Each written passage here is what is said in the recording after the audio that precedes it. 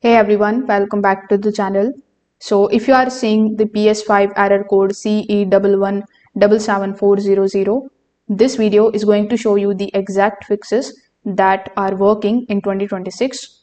So first of all, we need to understand what this error actually means. So this error is usually related to PlayStation network connection issues or server communication problems. So in order to fix it, the very first thing that you need to do is you need to simply check the PSN server status. For that, you need to come here on status.playstation.com. Over here, you need to basically check whether the PlayStation servers are down or under maintenance. If the servers are down, you simply need to wait until they are back online. If these are working properly, you can just simply hop on to our second step.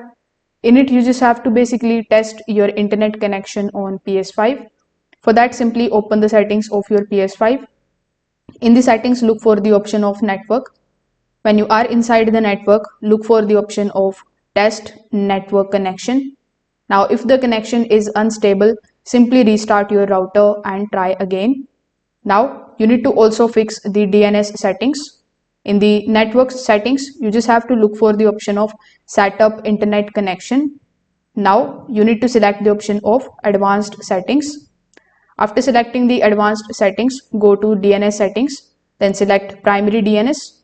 You need to keep it 8.8.8.8 and then the secondary DNS should be 8.8.4.4.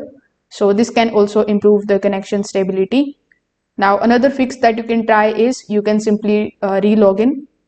For that, you need to sign out of your PlayStation account and then simply sign back in. This also going to refresh your connection with PSN servers.